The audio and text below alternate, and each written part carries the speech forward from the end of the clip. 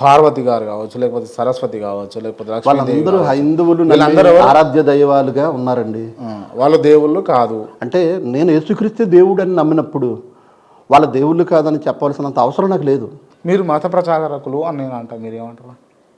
నేను మత ప్రచారకుని కాదండి, బైబిల్ ప్రచారకుని. బైబిల్లో ఒక మతానికి సంబంధించింది. అసలు బైబిల్ మతం అని ఎక్కడ చెప్పలేదండి. మతాన్ని కొట్టివేసింది బైబిల్.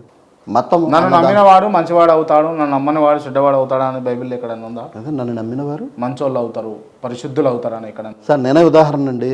బైబిల్ని నేను ధ్యానించక ముందు, బైబిల్ చదవక ముందు ఈ యూత్ ఎలా ఉంటారో అంత భయంకరంగా ఉన్న వ్యక్తిని చెప్పారు మీరు. అదే అంటున్నాను. ఇప్పుడు మరి క్రీస్తులోనికి వచ్చిన తర్వాత కూడా నేను బాగున్నాను. మేమే ఉదాహరణ. ఎవరి సంగతి ఎందుకంటే మీ కళ్ళెదురకుండా నేనే గతంలో ఒక యూత్ ఎలా అయితే ప్రవర్తించాడో అలా ప్రవర్తించాను నేను. ఓకే ఓకే, మంచి ప్రస్తావన తీసుకొచ్చారు. కరుణాకర్ సుగుణ ఒక వ్యాఖ్య మాట్లాడాడు. సరే, వాస్తవానికి నాకు కోపం వచ్చినప్పటికీ, నాకు నచ్చినప్పటికీ కూడా యాజ్ ఏ జర్నలిస్ట్గా నేను ప్రతిదీ ఫేస్ చేయాలి కాబట్టి ఫేస్ చేసిన. అదే ప్రశ్న నేను మిమ్మల్ని అడుగుతా ఉన్నా. స్త్రీల కూడిక అని పెట్టి స్త్రీలను వాడుకుంటారా లేదా క్రైస్తవులు కొంతమంది? అలా మాట్లాడి అలాంటి నిందలు వేసినోడు బుద్ధిహీనుడండి. అది కరుణాకర్ కావచ్చు, ఎవడైనా సరే. స్త్రీల కూడికలు జరిగినప్పుడు స్త్రీలే స్పీకర్లుగా, స్త్రీల కూడికలను కావాలనే పెట్టేటటువంటి ఉంటారు. స్పీకర్గా కూడా దాన్ని నడిపించేది కూడా స్త్రీలే ఉంటారు. స్త్రీల కుడికను స్త్రీ ప్రసంగికులే మాట్లాడుతారు. అంటే స్పృశిస్తూ మాట్లాడతారట స్త్రీలను. లేదు, స్త్రీల కుడికలో పురుషులు ప్రసంగికులుగా ఉండరు. పురుషులకేమో నిలబెట్టి ప్రార్థనలు చేసి గుంపుగా ప్రార్థనలు చేసి తప్పండి. పురుషులను పంపించి స్త్రీలకు మాత్రం ఏకాంత ప్రార్థనలు చేస్తారు. అవి కరుణాకర్ సుగ్గున్ అనేవాడు వేసే అబాండాలు తప్ప నిజాలు కావు. మళ్ళీ వాడు అంటారు మీరు. ఒకవేళ అలా మాట్లాడాలనుకుంటే హిందూ మతంలో కూడా చాలా మంది ఉంటారు. అది నేను ఎత్తను. నేను రైట్, నేను ఒప్పుకుంటా, నేను కాదను. హిందువులు శుద్ధపూసలు, హిందువులో ఉన్న వాళ్ళందరూ శుద్ధపూసలు అని నేనైతే అన్నాను. అట్లా అని క్రైస్తవులో ఉన్న వాళ్ళు కూడా నేనేమంటానంటే దైవారాధ్యులు అని కూడా అన్నాను. క్రైస్తవుల్లో దొంగలు ఉన్నారు, క్రిస్టియన్లో కూడా దొంగలు ఉన్నారు. క్రాంతిగారు నేను క్రైస్తవులో దొంగలు ఉన్నారు, హిందూ మతంలో కూడా దొంగలు ఉన్నారు. సో నేను అదే అంటున్నాను. ఇప్పుడు ప్రతి మతంలోనూ ఎవడో ఒకడు దుర్మార్గుడు ఉంటాడు. ఒప్పుకోరు ఫస్ట్. ఖచ్చితంగా ఒప్పుకుంటారా? ఖచ్చితంగా ఒప్పుకుంటారు. క్రిస్టియానిటీలో దొంగలు ఉన్నారు, ఉండొచ్చు. బైబిల్ ప్రకారంగా నడవనేవాడు దొంగగాను, దగాకోరిగాను, దోచుకునేవాడు గాను. విజయ్ కుమార్ గారు, నేను ఇప్పుడు హ్యాపీ ఫీల్ అవుతున్నా మీ నుంచి వచ్చిన ఆ వ్యాఖ్య వల్ల. లిటరల్లీ చెప్పండి, నిజంగా చెప్పండి, గుండె మీద చేయి వేసుకొని చెప్పండి, ప్రభువు మీద ఒట్టేసి చెప్పండి, మీరు బైబిల్ పట్టుకొని చెప్పండి. ఎంతమంది పాస్టర్లు మహిళలను వేధించరా లేదా? మహిళలతో న్యూడ్ కాల్స్ మాట్లాడిరా లేదా? మహిళలతోటి అసభ్యంగా ప్రవర్తించాలని వాళ్ళ దుర్బుద్ధి చూపించరా లేదా? ఒప్పుకోండి. అంతమంది అంటున్నారు కదా. ఇప్పుడు అలాంటి వారు ఉండొచ్చు అని మనం అంటున్నాం. అందరూ అలా కాదు. వెలుగులోకి వచ్చినటువంటి సందర్భాలు, వెలుగులోకి వచ్చిన వాటి గురించి మాట్లాడదాం. వెలుగులోకి రాని ఇంకెన్నో ఉన్నాయి అని కూడా అంటున్నాను నేను. వెలుగులోకి వచ్చినప్పుడు మనం మాట్లాడాలండి. వెలుగులోకి రానప్పుడు మనం మాట్లాడడానికి సరిపోం.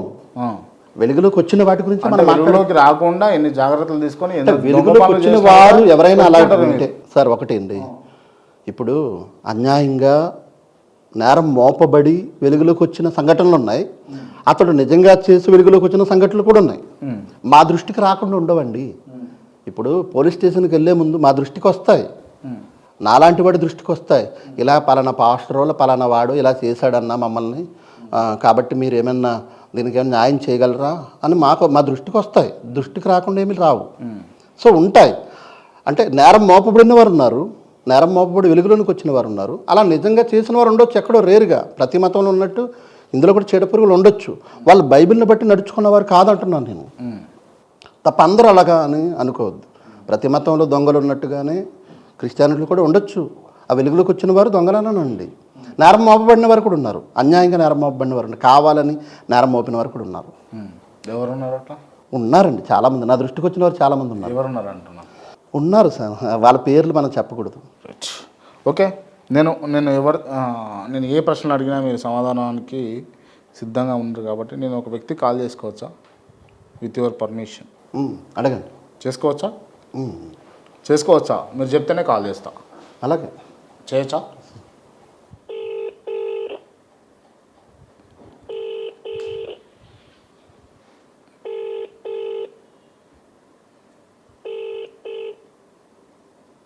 శాంతి గారు నమస్కారం. నమస్కారం అండి. లలిత్ గారు నమస్తే అండి. బాగున్నా అండి. బాగున్నారా? గుడ్. మీరు ఎలా ఉన్నారు? ఎక్సలెంట్ అండి. ఎక్సలెంట్. ఆ, ఒక చిన్న పని మీద మీకు కాల్ చేసిన అండి. మాట్లాడొచ్చా? ఫ్రీ ఉన్నారా? బిజీ ఉన్నారా? చెప్పండి. రైట్. యాక్చువల్గా నేను ఇంటర్వ్యూలో ఉన్నా. ఓకే. నా ముందు విజయ్ కుమార్ గారు, పాస్టర్ గారు ఉన్నారు. ఓకే. సో వారిని చాలా సందేహాలు నేను అడగడం జరిగింది. సో తను దానికి సమాధానం కూడా చెప్పడం జరుగుతూ ఉంది. ఓకే. రైట్. ఓకే అండి. రాముడు దేవుడా కాదా? ఓకే. రాముడు దేవుడా కాదా? నేను మిమ్మల్ని అడుగుతా ఉన్నా.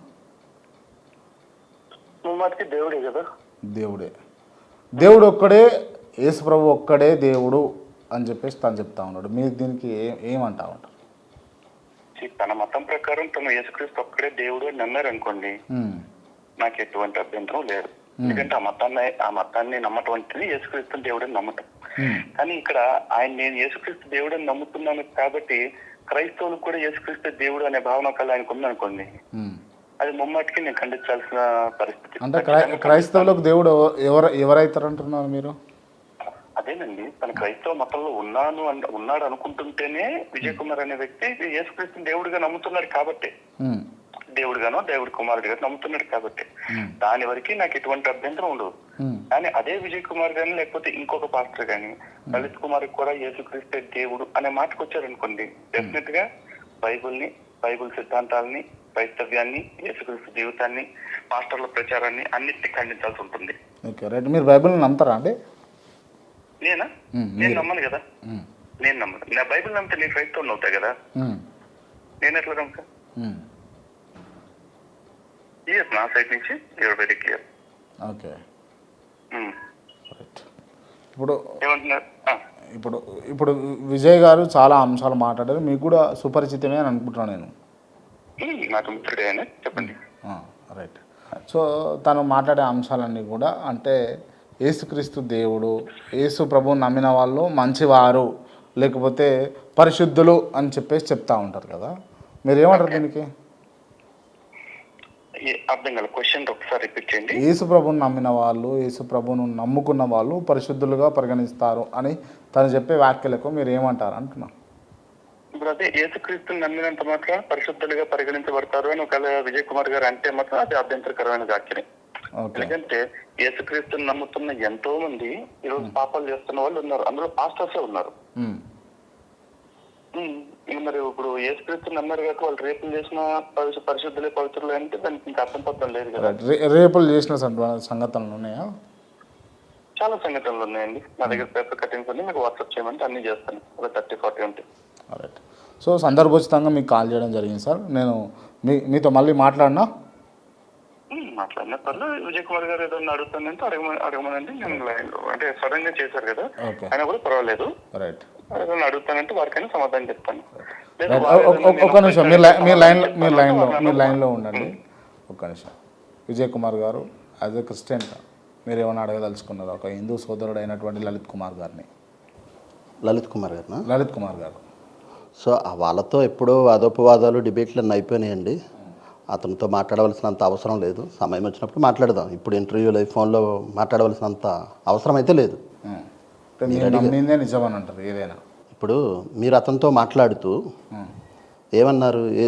యేసుక్రీస్తు నమ్మిన వారందరూ పరిశుద్ధులు అని నేను అన్నానని అంటున్నారు. యేసుక్రీస్తుని నమ్ముకున్నాక పరిశుద్ధులుగా జీవించాలి. అలా బైబిల్ ప్రకారంగా జీవించిన వాడు పరిశుద్ధుడు కాదు, పేరు పెట్టుకున్నంత మాత్రాన. ఈ ప్రస్తావన ముందు రాలేదు మనకు, ఆయనతో మీరు చెప్పారు. ఇకపోతే మీరు నేను రాముడు దేవుడు కాదు అన్నది నా ఒపీనియన్ కాదండి. అది రామాయణం చెప్పిన దాని ప్రకారంగా, అలాగే హిందూ పండితులు చెప్పిన దానిని బట్టే రాముడు దేవుడు కాదు, రామాయణం ప్రకారంగా రామాయణం చెప్పింది కనుక అన్నాం తప్ప హిందువుల ఆరాధ్య దైవం రాముడు. రైట్. హిందూ పండితులు చెప్పినట్టు రాముడు దేవుడు కాదు అని చెప్పేసి విజయ్ కుమార్ గారు అంటున్నారు. మీరు ఏమంటారు లలిత్ గారు దీనికి?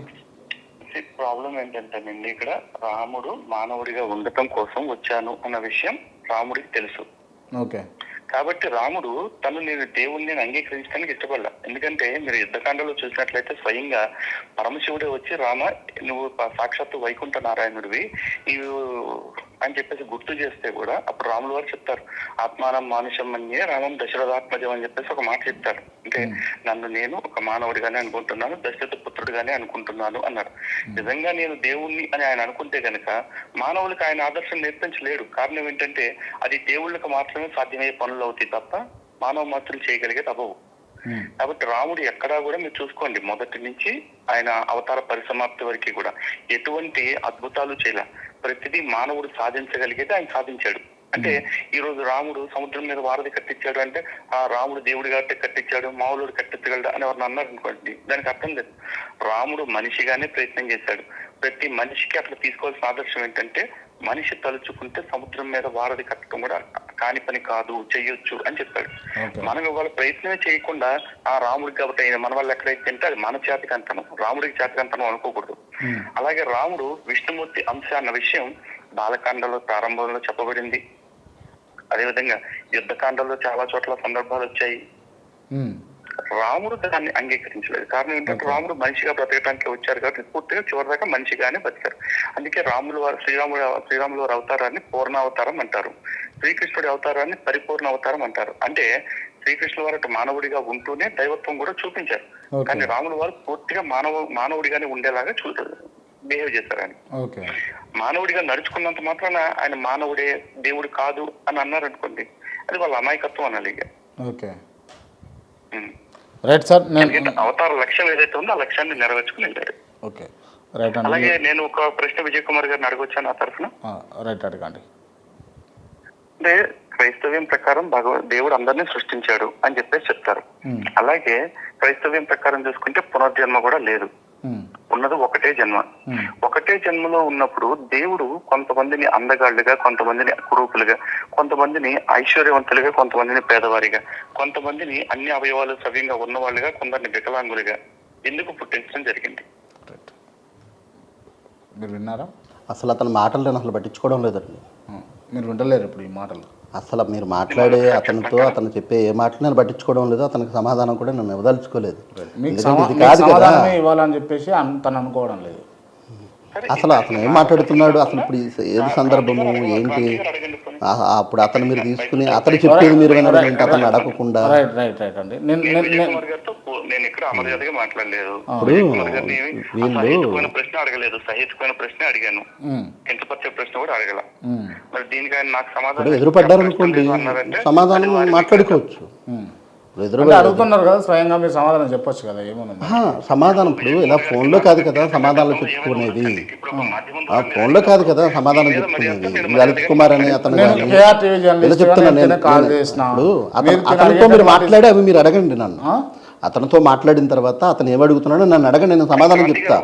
ఎందుకంటే ఈ లలిత్ కుమార్ అని అతన్ని, కరుణాకర్ సుగ్గన్ అని అతన్ని ఎప్పుడో విడిచిపెట్టేసాను. వీళ్ళిద్దరు నా దృష్టిలో స్మాల్ కిడ్స్.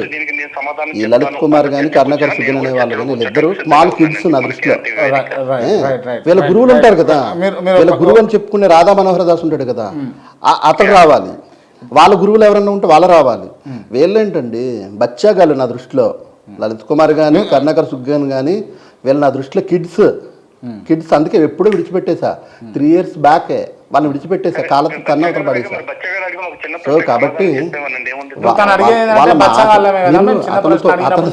మీరు అతనితో మాట్లాడి అతను అడిగేవి నన్ను అడగండి, నేను సమాధానం చెప్తాను. ఎందుకంటే నా స్థాయికి తగడతాడు, నా స్థాయికి తగడతాడు. కానీ అప్పుడు ఏదో వెళ్ళేదో ఇప్పుడు వేరే ప్రశ్న అడుగుతారంట, మీరు దాని సమాధానం చెప్పడానికి సిద్ధంగా ఉన్నారు. ఇప్పుడు మీరు అతనితో మాట్లాడేసి అతను ఏమడుగుతాడు మీరుగా నన్ను అడగండి.